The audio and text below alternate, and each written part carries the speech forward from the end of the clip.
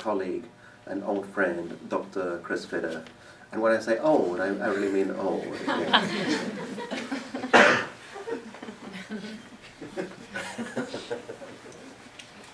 I almost didn't come on after that interview, after that introduction. But the truth will out, as they say.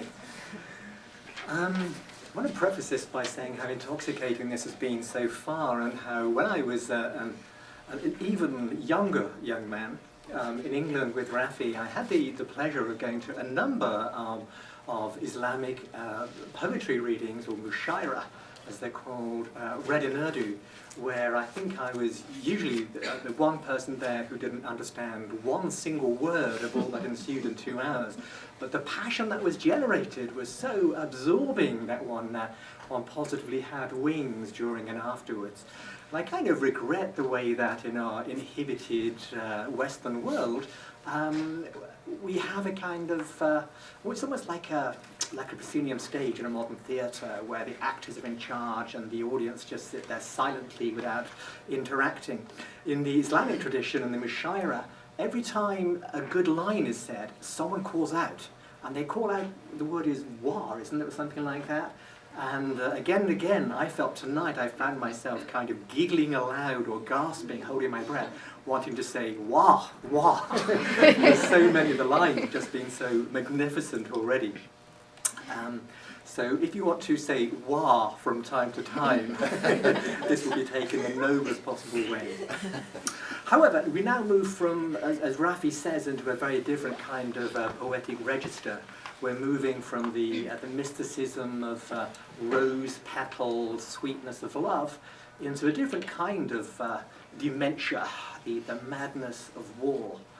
This poem was written in 1967, as Rafey suggested, following the Six-Day War, when Egypt, Syria and Jordan combined in war against Israel, who defeated them in 6 days flat and left the Arab world reeling with a kind of humility and disbelief. And in that pause for breath, this poem was written by Nizar Qabbani. It's quite a long one, so I hope you'll forgive me taking a little more time than is usual. But I do want to try and read it with justice to the authority it brings to the subject. This is from Footnotes to the Book of the Setback. Friends, the ancient word is dead. The ancient books are dead. Our speech with holes like worn-out shoes is dead. Dead is the mind that led to defeat. Our poems have gone sour. Women's hair, nights, curtains and sofas have gone sour. Everything has gone sour. My grieved country, in a flash you changed me from a poet who wrote love poems to a poet who writes with a knife. What we feel is beyond words. We should be ashamed of our poems. Stirred by oriental bombast, by Antaric swaggering that never killed a fly, by the fiddle and the drum, we went to war and lost. Our shouting is louder than our actions. Our swords are taller than us. This is our tragedy. In short, we wear the cape of civilization, but our souls live in the Stone Age. You don't win a war with a reed and a flute. Our impatience cost us 50,000 new tents. Don't curse heaven if it abandons you. Don't curse circumstances. God gives victory to whom he wishes. God is not a blacksmith to beat swords. It's painful to listen to the news in the morning. It's painful to listen to the barking of dogs. Our enemies did not cross our borders. They crept through our weaknesses like ants. 5,000 years growing beards in our caves. Our currency is unknown. Our eyes are a haven for flies. Friends, smash the doors. Wash your brains. Wash your clothes. Friends, read a book. Write a book. Grow words, pomegranates and grapes. Sail to the country of fog and snow. Nobody knows you exist in caves. People take you for a breed of mongrels. We are a thick-skinned people with empty souls. We spend our days practicing witchcraft, playing chess and sleeping. Are we the nation by which God bless mankind? Our desert oil could have become daggers of flame and fire. We're a disgrace to our noble ancestors. We let our oil flow through the toes of whores. We run wildly through the streets, dragging people with ropes, smashing windows and locks. We praise like frogs. We swear like frogs. Turn midgets into heroes and heroes into scum. We never stop and think. In the mosques, we crouch idly, write poems, proverbs, and beg God for victory over our enemy. If I knew I'd come to no harm and could see the Sultan, I'd tell him, Sultan, your wild dogs have torn my clothes. Your spies hound me.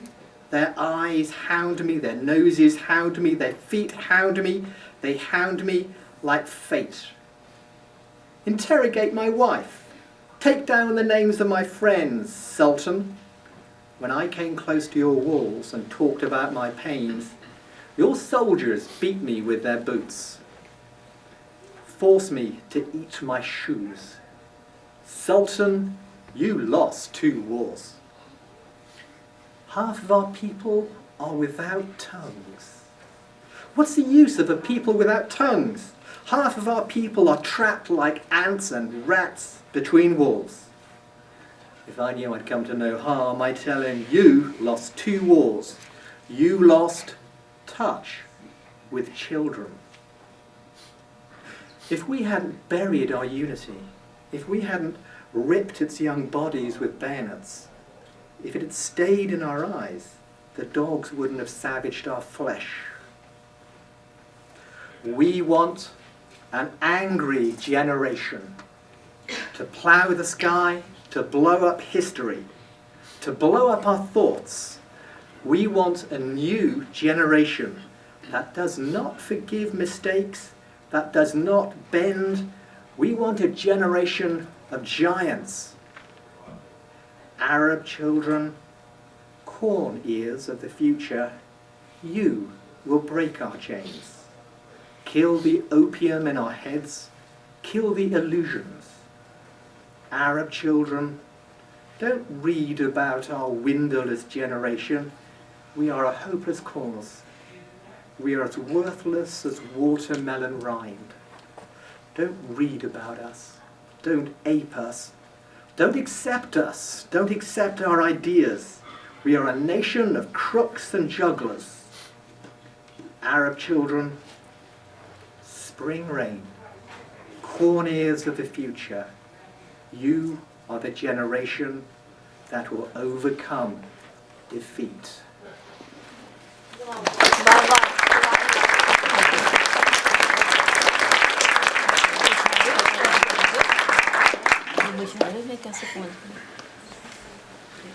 Thanks, Chris, for that superb reading. And our next speaker is Alicia Demarco.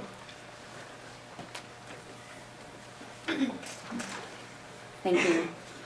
It's an honor to read this tonight. This poem was written by our host, Rafey Habib, who is also a graduate professor of mine, and he just recently shared this with our course, and you can also see him reading it on YouTube, and he does a beautiful job with it, so I'll try to do my best with it.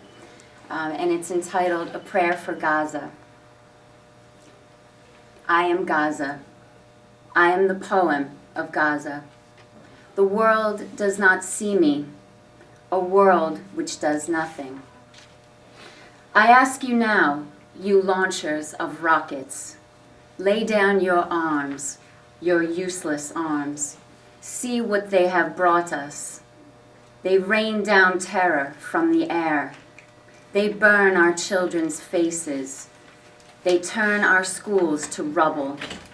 They churn our homes to dust. And the world does nothing. And I beg you now, you launchers of rockets, lay down your arms. What have they achieved in 50 years? What will the next 50 bring?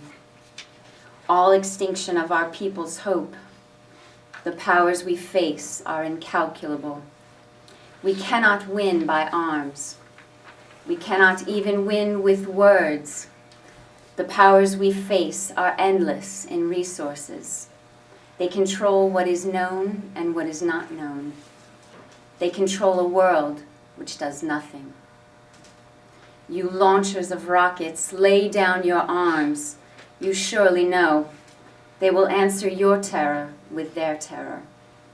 They will take more lives in 10 days than you can take in 10 years. They will blacken your skies. They will never dare to face you on equal terms. They will rain down terror from the air. They will burn our children's faces. They will churn our homes to dust.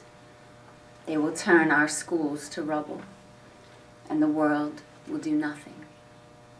Lay down your guns, your useless rockets, or they will take more and more of our land. They will not be merciful. So their soldiers laugh as our women are killed. Their settlers taunt our children who thirst in endless queues, and the world will do nothing. Lay down your guns, your useless rockets. They will not be merciful, so you must show mercy. I do not ask you to forget the suffering still bleeding through our people.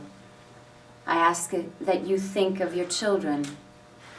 Let us sit down with our enemy. Talk with him as though he were a friend. One day we must remember, the Jews are our brothers, descended like us from the same father, Abraham. The Jews are not our enemy, no matter what is done in their name. The good Jews of the world are friends, no matter what is done in their name. One day we must live with them as friends. Let our enemy know that we will not strike again. Though his weapons are fearsome, he himself is full of fear. Though his arms are strong, he is weak. He has a nuclear power beyond our dreams, but still he lives in fear. He needs to know. He has imprisoned us, imprisoned himself within a wall, the symbol of his fear. He needs to know. Let us use a courage higher than your rockets, stronger than his tanks. Let us tear down this wall and all walls between us. Let us sit down and talk. This will bring us more, much more than we had before. And let us spread this message through our people. No more violence, no more talk of wiping out the enemy. It is not just violent acts which bring his ruthless retribution, but violent words. Let him know that he is safe. The greatest courage is to know one day we must live as friends. I am Gaza, the poem of Gaza. I am Muslim, Christian, Palestinian, and Jew. I am you. Give the world's eyes a chance to see who we really are, to see the truth, a world which does nothing.